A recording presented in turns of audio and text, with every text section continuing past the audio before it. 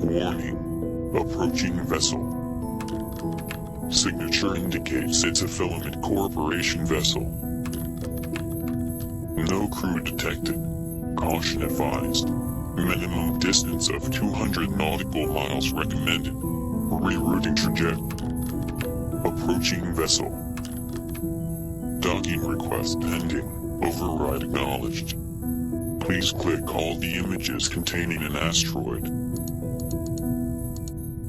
Docking procedure initialized. 3, 2, 1. Docking complete. Welcome to your destination.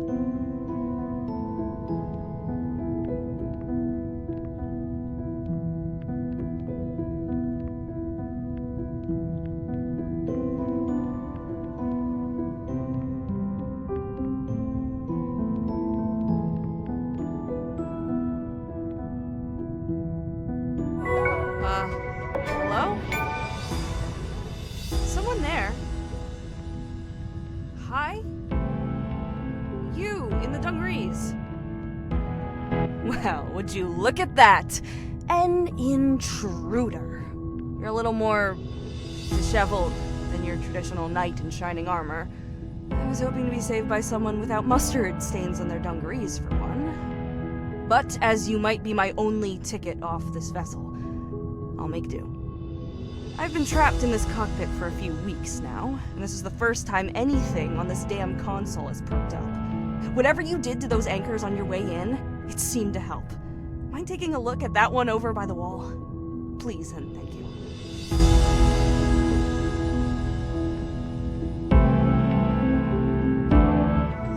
What do you know? You're a natural!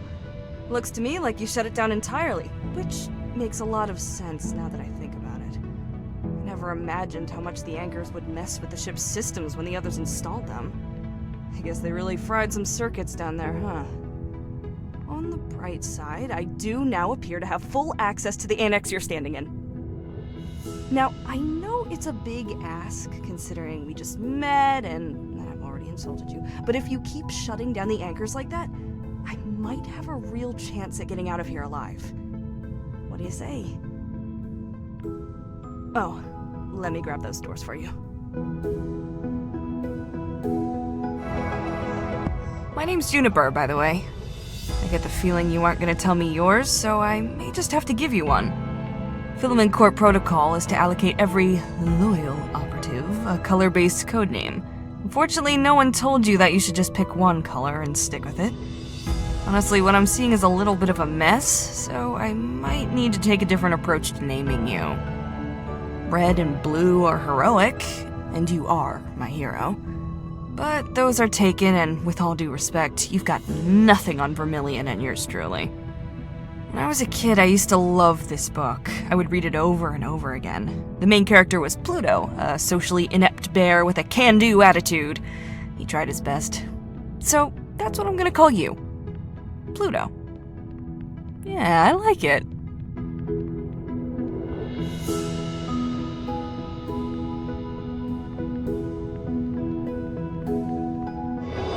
It's so nice to have someone listening again after talking to myself for a few weeks.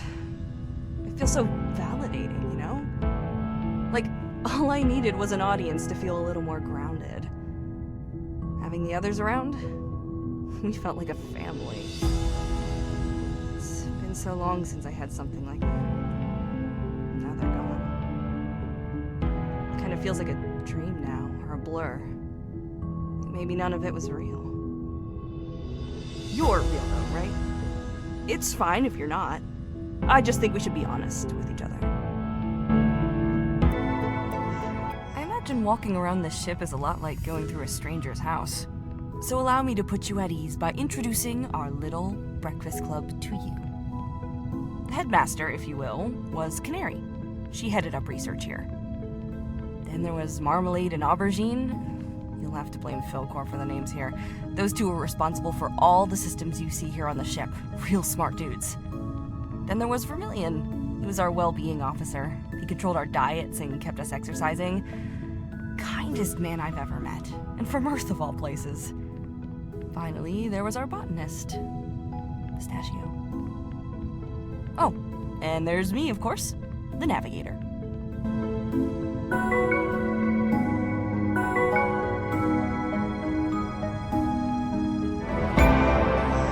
So, Pluto, despite having been here all but a single orbit, you're already making far more sense of these anchors than I ever did.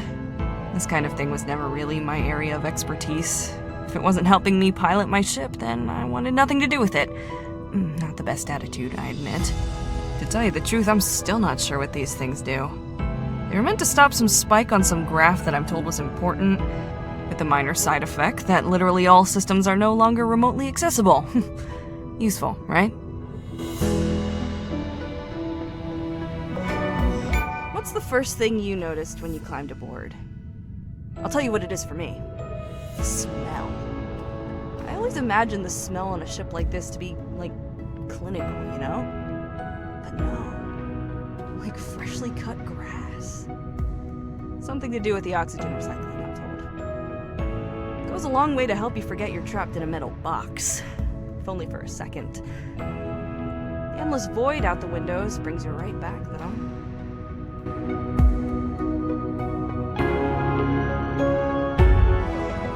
So, I've been eating emergency calorie paste for the duration of my time in this cockpit. Do you happen to know how many flavors of emergency calorie paste there are? 2. There are 2 flavors of emergency calorie paste.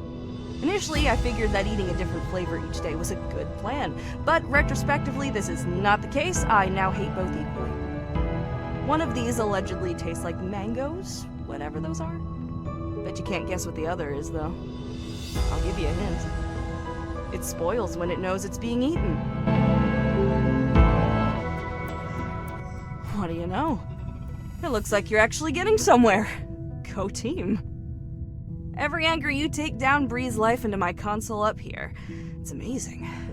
Currently, the bridge door is sealed off, but I think that if I get enough control back, I just might be able to force it open for you. That way, you can come up here and let me out, right? Of course, it's easier said than done, but we can cross that bridge when we get to it. Get it? Never mind. I've been wondering, Pluto, why your hands? Marmalade had similar augmentations to help with his engineering work, although yours don't look as heavy-duty as his. I thought that perhaps you were a scrapper? No. You certainly dress like one, but there's nothing to salvage this far out from the colonies. Well, I had an arm swapped out, in case you were wondering. My eyes, too. I'll admit that the arm was just to get back at my mom for something. Something stupid, I'm sure. I just wanted to drive her crazy. I don't even remember why.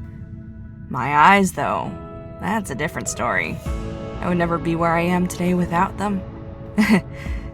That said, maybe I should start regretting those too.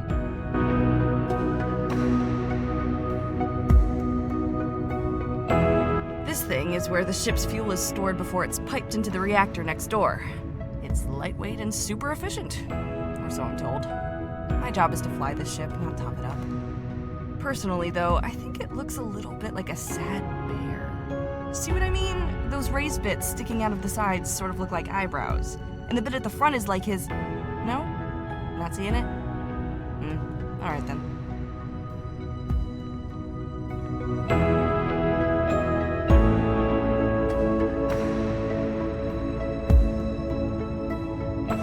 Do you want to know why you were all the way out here? At the very edge of recorded space? We are Genesis, guiding humanity into a new age, to fulfill our potential and alter the trajectory of our species forever. It all begins here, at the edge of the known universe. Those were the lines that got me. I mean, who wouldn't want to be a part of that? Sounds great, right? Well, let me tell you what those words really mean. How would you like to travel incomprehensibly far away from everything you've ever known? To assess planets for habitability, to allow less expendable people to form new colonies and guide humanity into a new age. Sounds great, right?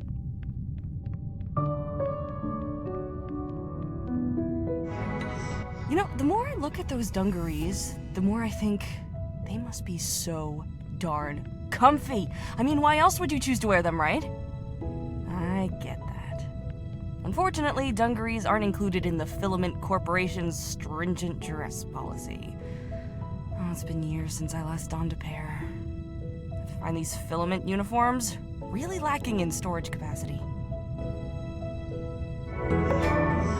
You might think that being the sole pilot and navigator of this vessel would make me the captain, right? Well, no, sadly. It's Filament Corp protocol to assign an off-ship captain, for reasons known only to them. I have a theory it's to prevent a mutiny once all the rations run out and we start eating paste. Our captain is called Swan. It's unfortunate, but the anchors seem to have completely fried all long-range comms, so we're cut off from her for the time being. She's sharp. She could have gotten us out of this, I'm sure. Oh, not that you aren't doing a fantastic job, by the way.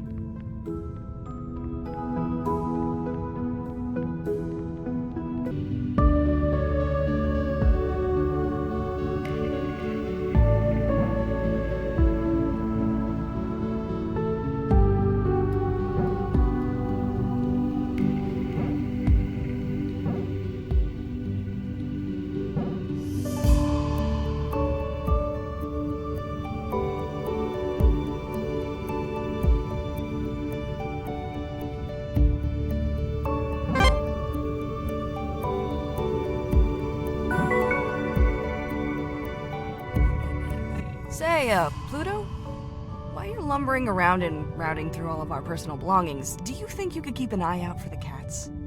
There were 5 last time I counted. Now, if you're thinking that 5 cats is a wholly unreasonable amount of cats to keep on a vessel like this, then we're very much on the same page. As I understand it, there was some sort of mix-up when the Alabaster was assigned to ship Pet. The one we received just happened to be pregnant.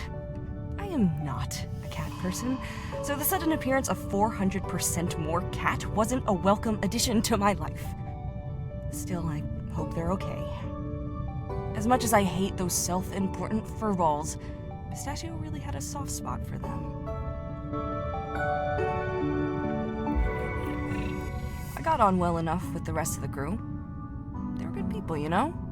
Sure, Canary could be a bit abrasive. Although Vermilion proved to be a worthy intermediate between the two of us. And it did take a lot of work to get Aubergine out of his room sometimes, but they were good people. Mostly. Pistachio, though? We spent a lot of time together over the last few months. I know she wouldn't have left me here. These anchors? Marmalade had a big part in getting them up and running. You and I are still getting to know each other, but from what I can tell, you two have a lot in common. You're about as talkative as he was anyway. You know, we actually threw him a surprise party a few weeks after we arrived.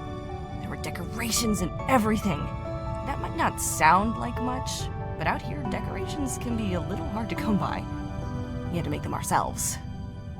I say we. Pistachio took the lead on that. You never believe it from her personality, but damn, Canary can bake! She made this unbelievable chocolate cake. We all had a pretty great time that night. We needed it. Marmalade especially. He wasn't in the best place after what happened with the spacewalk. I've never been much into food. Eating was just something I did out of necessity. That was until Vermilion started cooking for us. He cooked this one thing, he called it a roast. It was meat, chicken, if I remember correctly, and some vegetables. It was all cooked together in an oven, and to top off this madness, we then covered it all in a delicious brown liquid. Apparently it's a big thing in some places on Earth. And my God, I see why.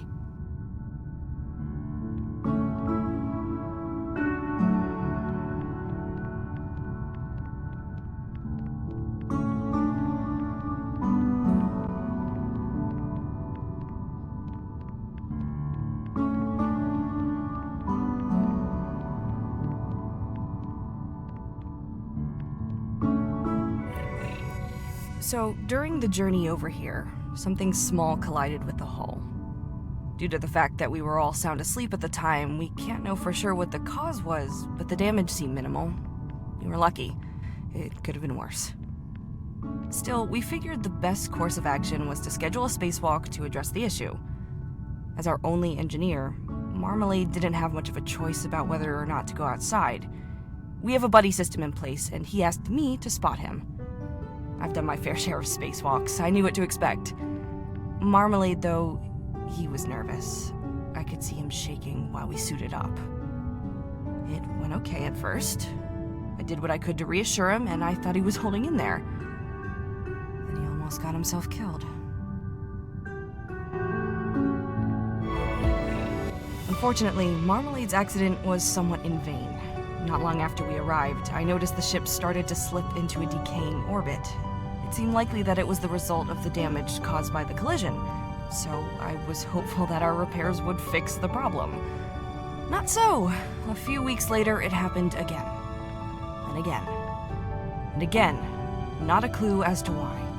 When I told Vermilion about it, he said it sounded like a car with its wheel alignment off. Whatever that means. Have you ever started to get anxious that you're overlooking an embarrassingly simple solution to a problem? I was there. At one point, I found some old comics that I stacked on a control panel. I almost had a heart attack when I realized what I'd done. It was a relief to find the ship was still drifting after I moved them. Well, you know, kind of. I never did get to the bottom of why the ship was drifting the way it was. Not on my own, at least. Eventually, Canary either got sick of hearing about it or began to get concerned that I was dropping the ball. She contacted the captain to ask for advice. Not what I would have done, but I got my answer. As it happens, it's a known issue in our model of ship. Crazy, right? More importantly, not my fault. The captain was great about it, too. She could have chewed me out for not reporting it sooner, but she didn't. You could always count on her for that, you know. Not really the iron fist type. A bit of kindness goes a long way. In the wake of Marmalade's accident, it was the captain that sanctioned the extra rations that allowed Canary to bake his birthday cake.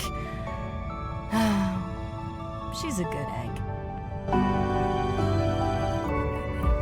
So, on the topic of cake, if the ship were a cake, I would start to express my concern for you about now. That is to say, you're about halfway done. Unlike a cake, though, your ultimate prize will be to clean up whatever mess Marmalade and Aubergine left in the bridge up here, rather than shame mixed with crippling health problems.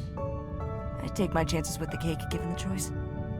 Between the dungarees and fast food stickers, something tells me you would too.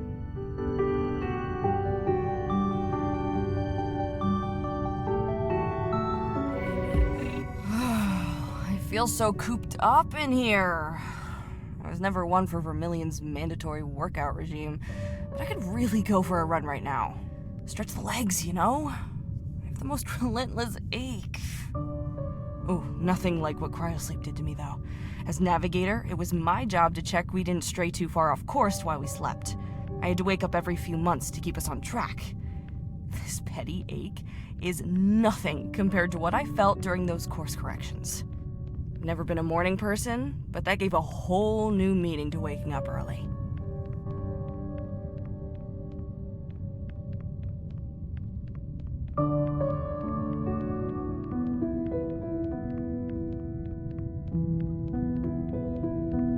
I love this little seating area down here, but I never felt comfortable sitting here for too long. It's just too exposed for my liking.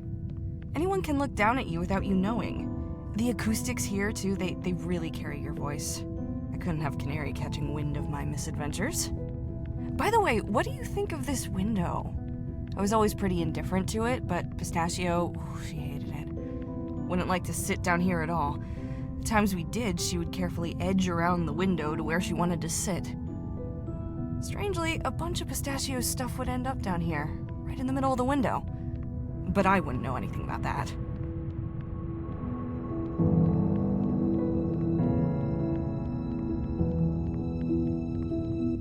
This is where we built the anchors. I say we. Marmalade and Aubergine handled that.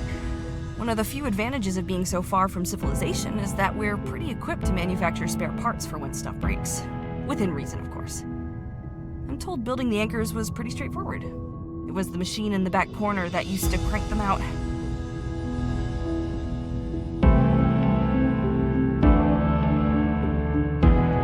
You may have noticed a few of these spacesuits are missing a limb or two. Philcor were nice enough to provide us with personalized suits that are cut off around our augmentations. It's so we can make better use of them outside of the ship. Pretty cool, huh? Aubergine wasn't pleased about how much his resembled a one-piece swimsuit. It's a look, for sure, but I think he rocked it.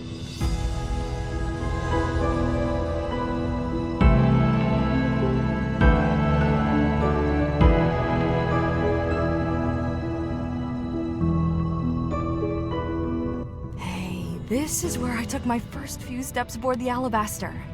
My first time aboard a Philcor ship, actually. I boarded with Pistachio. We exchanged some small talk while we lugged our stuff up on the gangway together. We're both from the Firmament, though we didn't know each other from before the mission. It was only after we arrived here and had a proper chance to talk that we realized we'd actually grown up not far from one another. Different schools, though.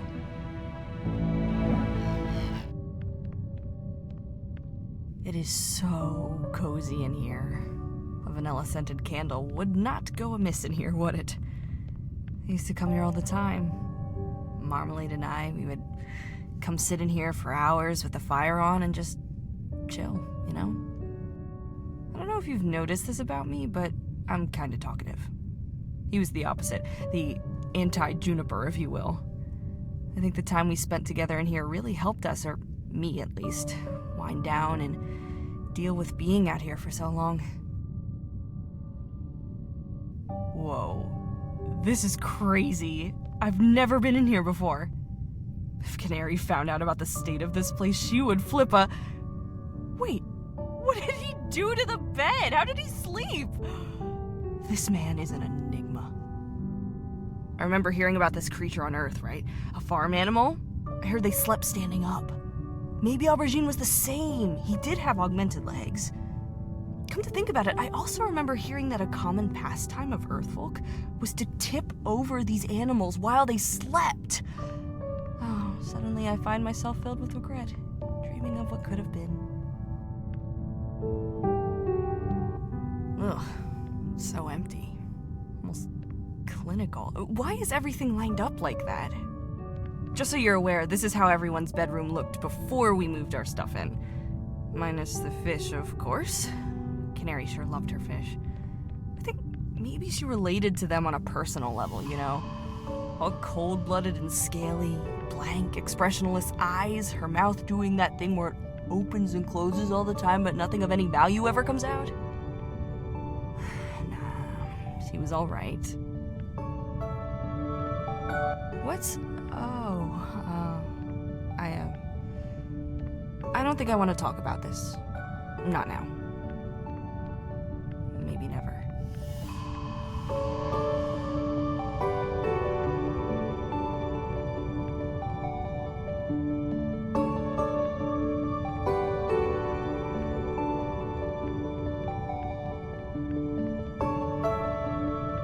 Huh?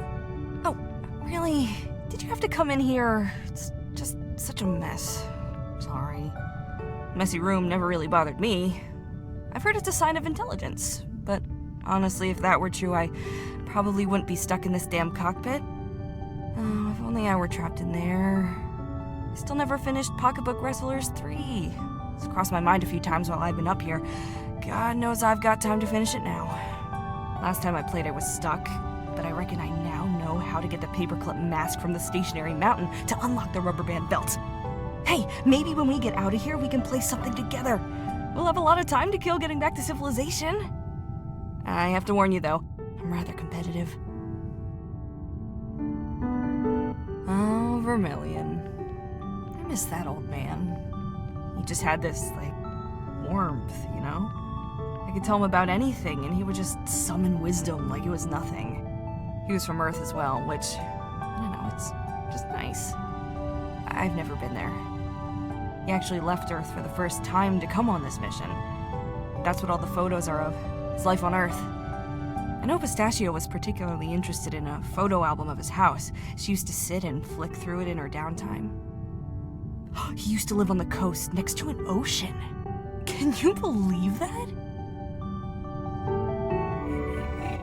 I remember before we all went into cryosleep, we had to check our workstations along with our equipment and whatnot, just to make sure everything was in working order. It's not like if something was damaged, we could just order another. Pistachio wasn't interested in doing any of it. She had this special plant. I should really remember what it was called, as it quickly became the subject of daily conversation. Well, it only flowers something like every 10 years. And this particular plant, it was due to flower on our arrival. She was so excited. She spent all our prep time finding it the perfect spot and making sure it had everything it needed, so that when we arrived, it would be healthy and in full bloom. It never did flower, though. We checked the ship's footage from the flight. We hadn't missed it. It's a shame she never got to see it flower. You know, I've been aboard a few ships with pretty dire issues in the shower department. The Alabaster is not one of them. We've got it all. Good water pressure, dials that actually perform as advertised, and a seemingly endless supply of hot water. I'm sure you can appreciate that as a traveler yourself. I mean, your ship is pretty compact. I bet your shower is tiny. You have a shower, right? I'm going to choose to believe that you do. Ever since being stuck here, I find myself staring down at the planet for hours on end. You'd think I'd get sick of it, but even now, there's just something about it I can't put my finger on. It just pulls me in. I know what you're thinking. Well, yeah, that's how gravity works. But it's more than that. I don't know. I haven't even told you about the probe yet.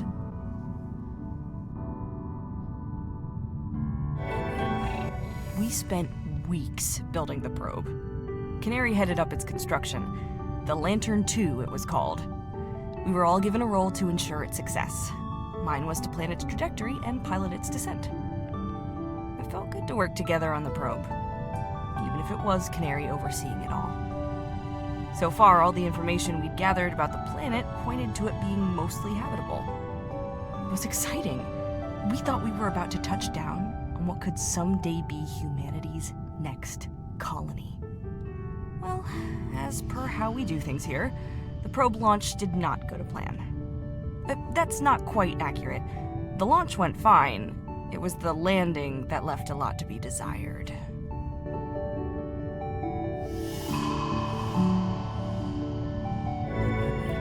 The probe was crammed with equipment. There wasn't a piece of data this thing couldn't collect.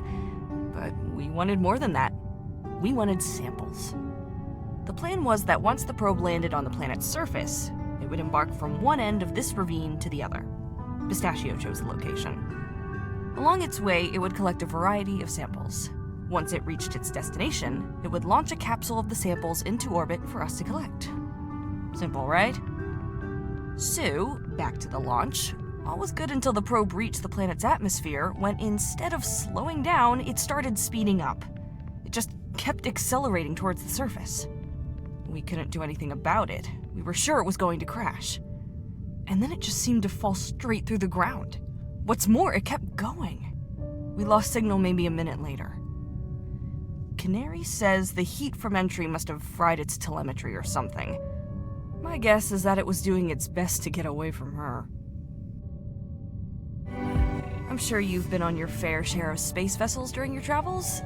Now, you may have noticed that the Alabaster has more origami swans than your average deep space vessel. Well, let me demystify you on the matter. Origami was one of Pistachio's fondest pastimes. And credit to her, she wasn't half bad. Her augmented hands probably helped her out. She started out making all sorts, but quickly found the swan to be her favorite. We'd find them in the weirdest places. She knew we all laughed about it. We'd be given multiple swans a week, all different sizes and colors. But honestly, that's just Pistachio. Everything she did was in the interest of making us feel good. miss those swans. Right. I need you to bear with me for a second, because I've got a vent here. When we were all selected for this mission, we could submit requests for things we wanted to have on board. These requests would be evaluated on costs and necessity and whatnot. Now, the Filament Corporation were pretty accommodating on the matter. But there was one thing I requested that got denied. I wanted a dance floor. You know, one of the ones with all the colored tiles and flashing lights? Now, I know a little unreasonable, it was a long shot, but think about the morale benefits. Unsurprisingly, my request was denied. Whatever, I was fine with it. But then I get on board and find that they've given Canary an entire pool. Now I know what you're thinking. Isn't a pool just a hole in the ground? Well, you're right. It is just a hole in the ground. A hole containing 400 gallons of water. Do you know how heavy that is? Heavier than a dance floor, and you can't spill a dance floor.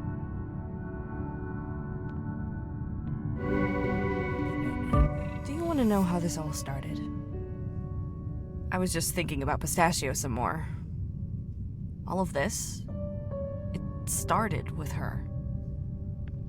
After the failed probe launch, things started to go wrong. Equipment began intermittently acting funky, the ship was drifting more often, and Canary's readings of the planet were all over the place. Then Pistachio just disappeared. And I don't mean she ran off or anything. She literally just vanished. She wasn't on the ship anymore. All her stuff was still here, all the escape pods still in the bay. We searched. All we found were the clothes she was wearing on the floor in her lab. And her hands.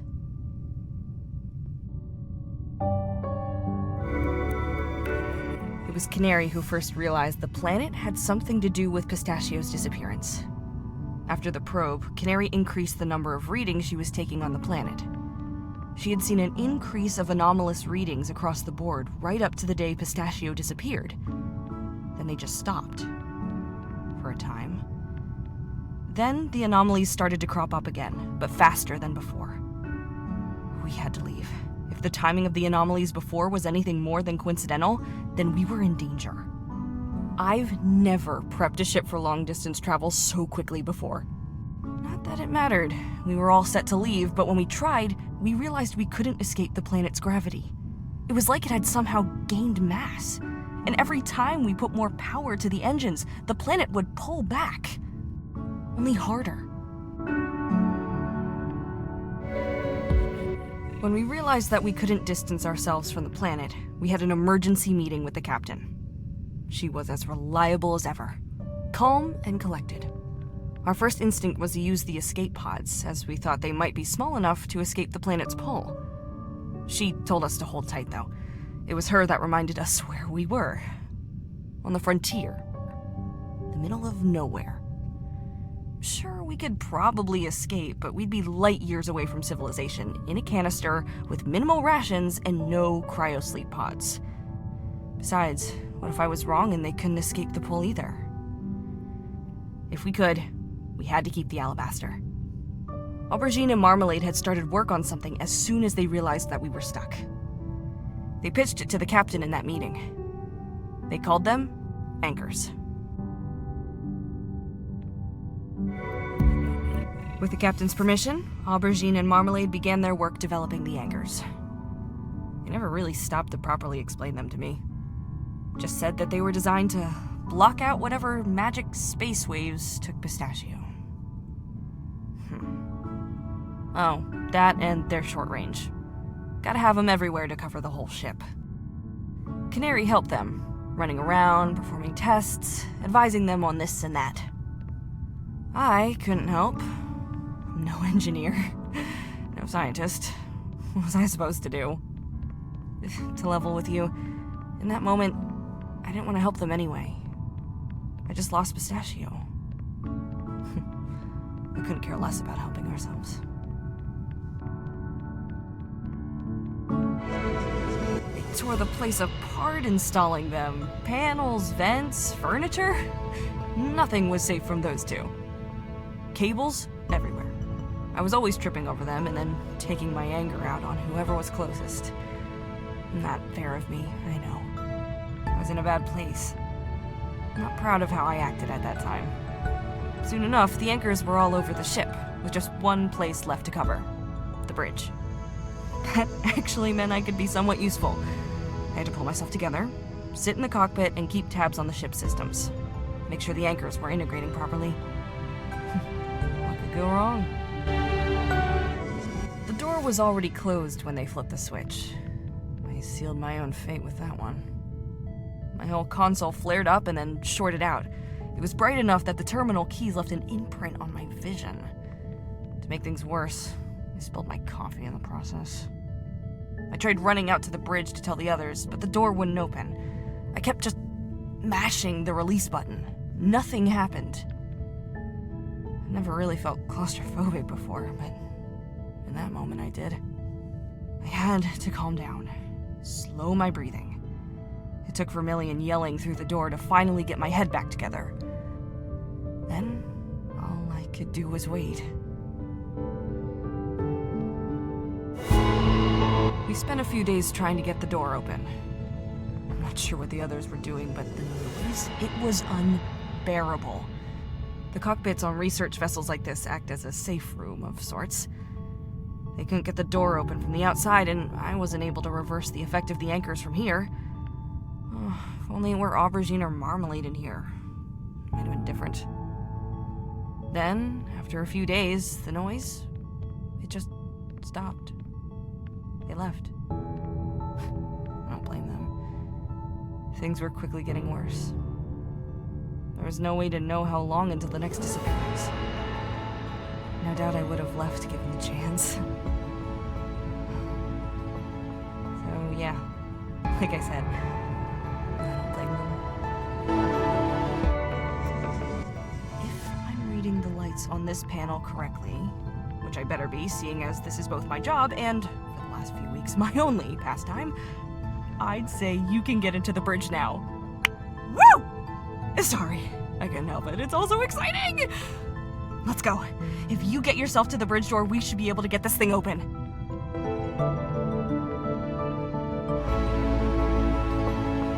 Hey, you found my hideaway. Cozy, huh? Me and Pistachio would grab some blankets and sit up here to watch films after work. I brought my whole collection of tapes on board with me. I swear we watched Crow Division like 1,000 times. The second one, though. Everyone knows the first one is trash. Sometimes if we were too lazy to get up and change the tape, we'd just sit and watch the terminal logo bounce around the screen. Pistachio claimed that one time she saw it hit the corner. I'm pretty sure she was lying.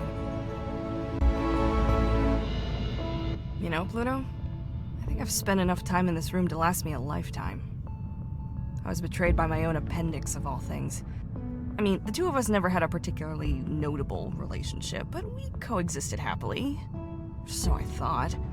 I was bedbound for over a week, with nothing to do except suffer through Vermilion's ancient music taste. I suppose I shouldn't be too hard on the old guy, though. He did save my life. It's a little bit terrifying, isn't it? Hard to believe that putting yourself through this thing could actually fix you. It was this large metal cylinder that had the honor of separating me from my appendix. I asked Vermilion if I could keep it after the surgery, like in a jar or something, but he just sighed and didn't answer me. Classic Vermilion. I think that in the end this room was gutted for spare parts to help construct the anchors, so it won't be up and running again anytime soon. On a completely unrelated note, how are you feeling? Well? You're feeling well, right? Good.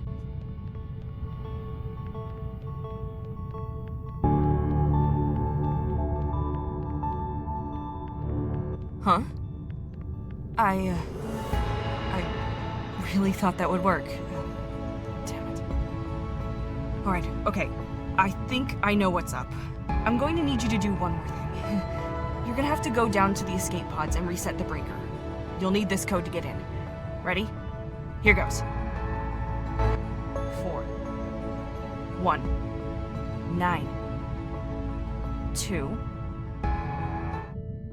I, too, was taken aback by the air in here. I've never felt air that was, well, wet before. Breathing feels different. Right now it probably feels a little uncomfortable, maybe a bit much. But once you leave the greenhouse, you'll quickly realize that all other air has been selling you short your whole life. As if it's missing key ingredients, like a cake without icing. In the same way that a delicious icing-clad cake spoils all future uniced cakes, the air in here, it ruins the air in the rest of the ship.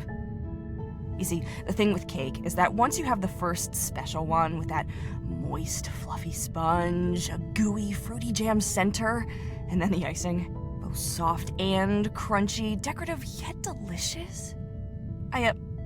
Where was I again? I lost myself for a moment there.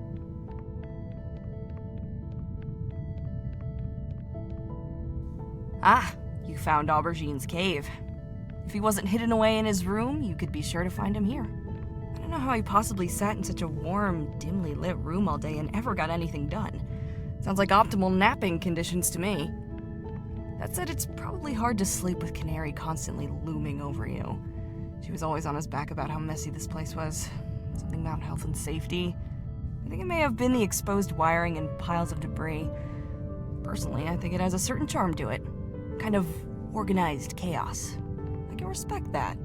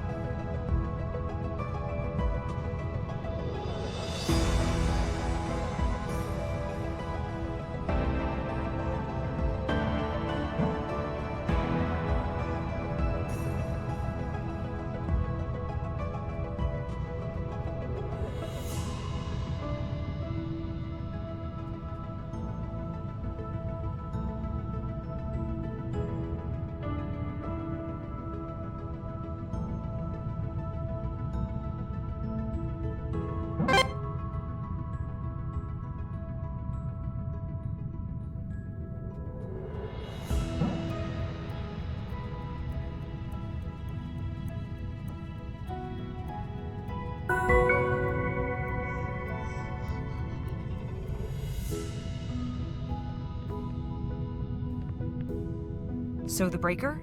It's just over by the corner and...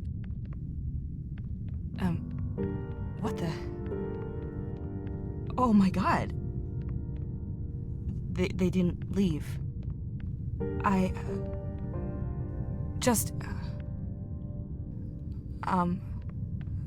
pull the lever in the corner.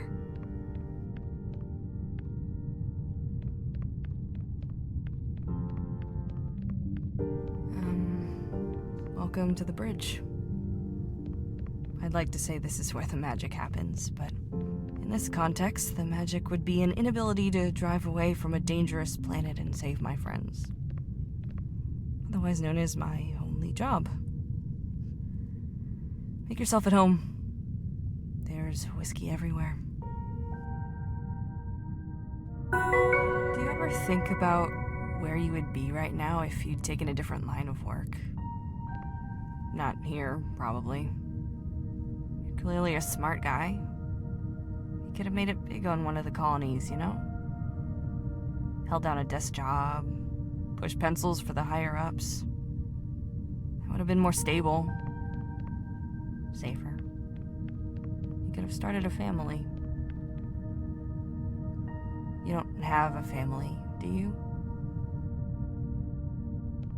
How can you still want to help me after what you saw downstairs? I thought for sure that you would leave, but here you are. Persistent. You're nothing if not persistent. How many people in your position would go to all the effort? How many people would try as hard as you have? I appreciate it, I do. You're doing a good thing for me. Wish I could say the same.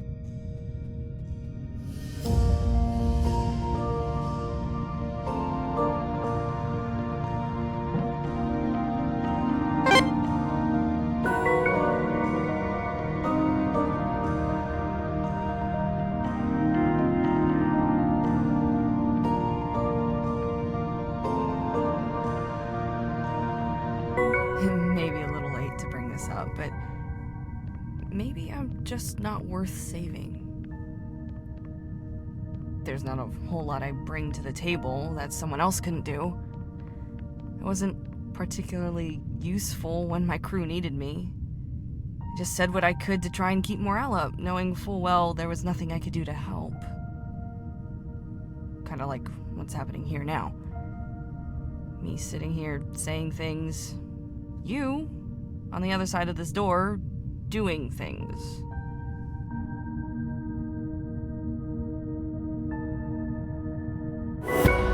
Hey, would you look at that? You're just a step away. You know, I don't know whether I'm ready to meet you yet. There's still a part of me that thought we would never get here. I'd kind of come to terms with my fate. But now, I guess I've got to prepare myself for what comes next. You really are something, you know. Never met anyone quite like you. Well, I guess we haven't met yet. Grab that last anchor and come on up.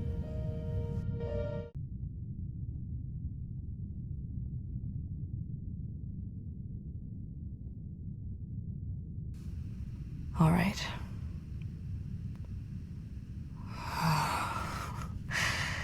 This was always going to be difficult.